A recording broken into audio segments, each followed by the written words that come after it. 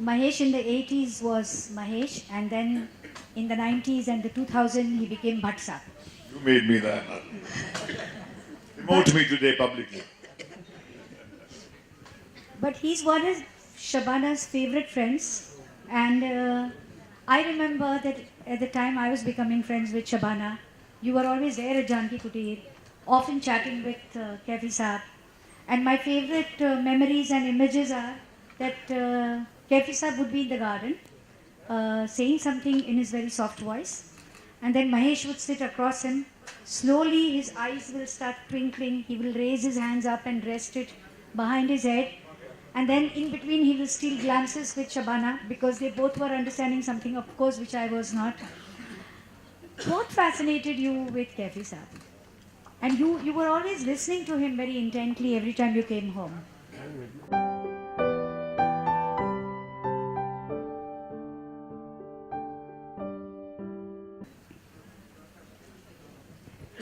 Behind that personality of a poet, there was an essence which was embedded there. He was much more than the poet that the world called him. I'm not comfortable with this word called the poet. You cannot just call him a poet. He was a mystic for me. There was a kind of a roaring silence that I heard in him. Whenever I was around him, I could feel that kind of a silence that engulfed me, and he could absorb my noise. My restlessness was something that he embraced, and he gave me the most, see, the attention is the most generous gift that your human being can give to another human being. When you are down there struggling and looking for a place in the sun, he had those eyes, he had that generosity to see in me something which the world could not see or did not want to see or did not have the ability to see. He had the silence because he was not full of himself. He was looking at life. He was drinking from the wells of tomorrow.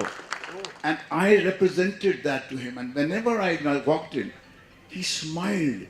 He saw what I could detect him in Pritish's translation. Wherever he saw a spark of rebellion, wherever he saw audacity, he saw with audacity vulnerability also, because he could feel that this person who's being audacious is being very vulnerable. He'll be trampled upon, he'll be spat upon. And his hands reached out to protect me. And for me, that was Kaifi Saab.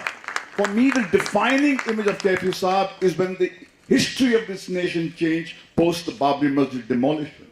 He was in Janki Kutir one evening, and I was worried about him. And I remember going there to see him. He was there in the lawns. There was this sunlight, he was backlit, and there was his paraphernalia of his tea that was there. He sat down with a kind of sadness which you normally see in the church on the face of Jesus. And that was courage for me. When everybody was rolling his window and locking his door, here was the icon called Kaifi Azmi, who was the heartbeat of India, who represented the plurality, who said, I will sit down here in my lawn without raising the walls. That ability to be trampled upon for what he stood for was courage for me. That was living, palpable courage for me. And that is what Kaifi Saab means to me. The audacity, he was an embodiment of audacity. So don't trivialize the persona of that man by calling him a poet. A poet is just one dimension of him. His essence was like life. You can't put a full stop on life. You can't put a full stop on Kaifi. He is much bigger than the definitions that we seek out to give to him.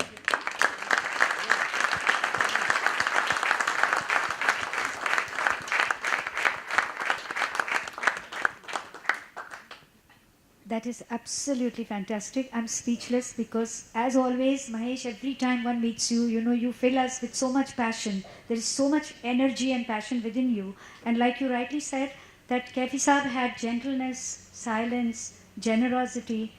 I used to feel that affection is such a wonderful thing because it makes no intellectual discrimination. I didn't understand Urdu poetry. I was not anywhere But I would be sitting there and he would be reciting his poem and I would not understand and look quite dumb. And then he would try to explain. Then when he failed with his thing, then he looked at Shabana or then Javed Saab and then they explained it. So one understood.